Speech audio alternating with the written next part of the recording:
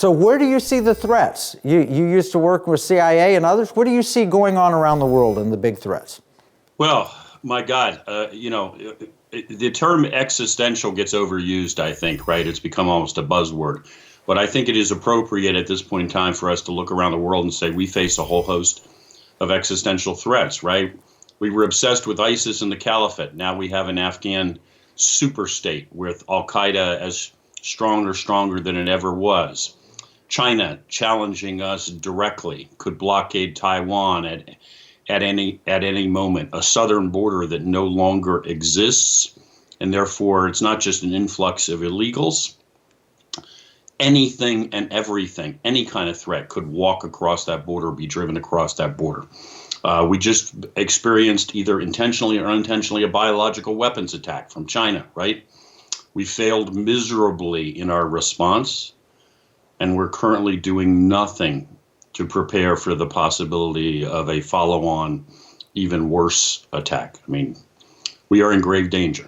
Well, you mentioned that we're currently doing nothing, and that frightens Americans because we have a massive intelligence community apparatus. Huge. We spend so much money, billions, tens of billions, hundreds of billions of dollars, presumably to protect America. And you've been a part of that community.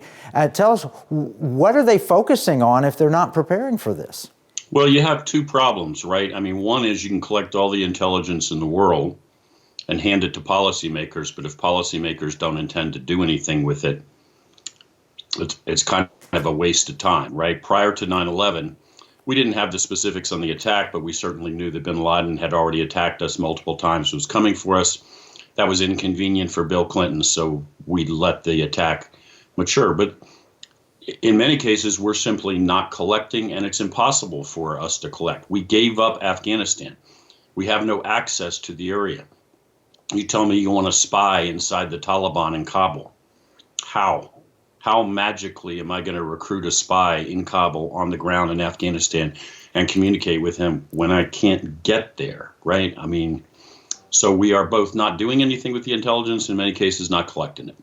Well, let's just use Afghanistan as an example. That why would we do that? We had a base there, we had troops there. Why would we just give up everything? What's the purpose behind that? Well, you know, Kevin, I think you end up on this point where we end up so often these days, which is you can pick your poison. You can either ascribe it to the most grotesque incompetence ever seen, or you can entertain the possibility, chilling as it is, that we're looking at deliberate malfeasance.